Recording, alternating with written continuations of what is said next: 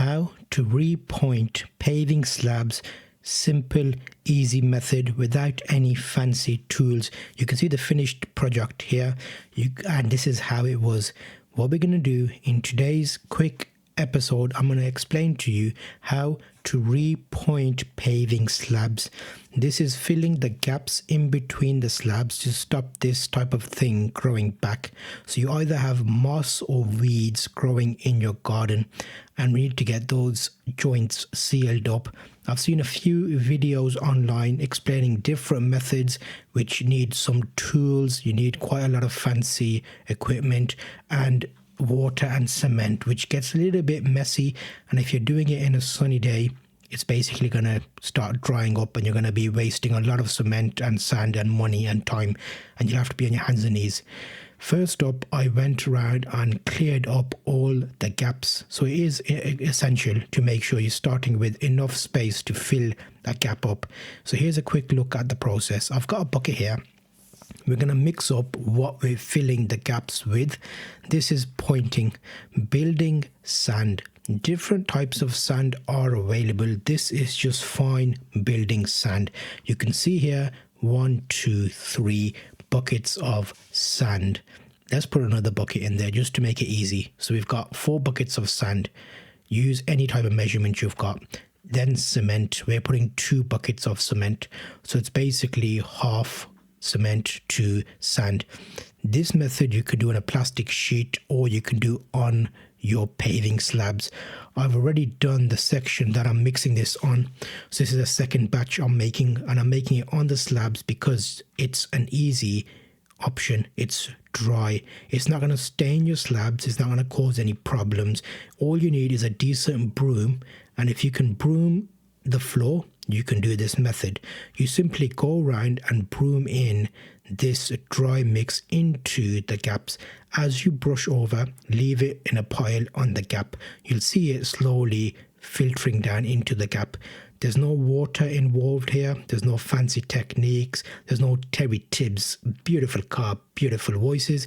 It's straight to the point how to repoint slabs with simple cement mix, dry sand. And you know what the good thing about this is? Doesn't matter how hot it is today, I can just slowly go around and make this work over the next hour, 2 hours. And it's a bigger area, so I mixed it up already.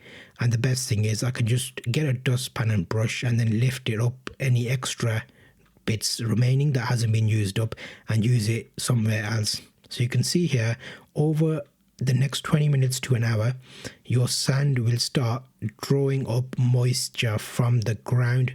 I don't need to be on my hands and knees pointing it, pushing it in, using any types of tools or bricklaying equipment to make it more fancy.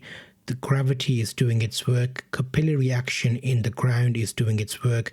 The moisture in the sand and the moisture in the gaps is drawing up from the gaps. You can see where the dark lines are between the slabs. It's basically pointing itself. And if you can broom this in, then you're going to have a sealed gap. What that means is over time, as you walk over it, it'll get compacted and the moisture will dry the cement slowly, causing a nice healing action. So this stops any seeds or anything dropping in to the gaps, which then germinate and become weeds. So this helps in multiple ways. I've done a couple of these over the years in different areas of the garden and different gardens and the new house as well, and it's worked well for me over a 9-year period. Providing the ground is solid, you don't have any movement in the ground, and this doesn't crack over time, then you will be able to have a weed-free garden. The main enemy here is 2 things. 1, ants. Ants will tunnel up from underneath and create gaps again.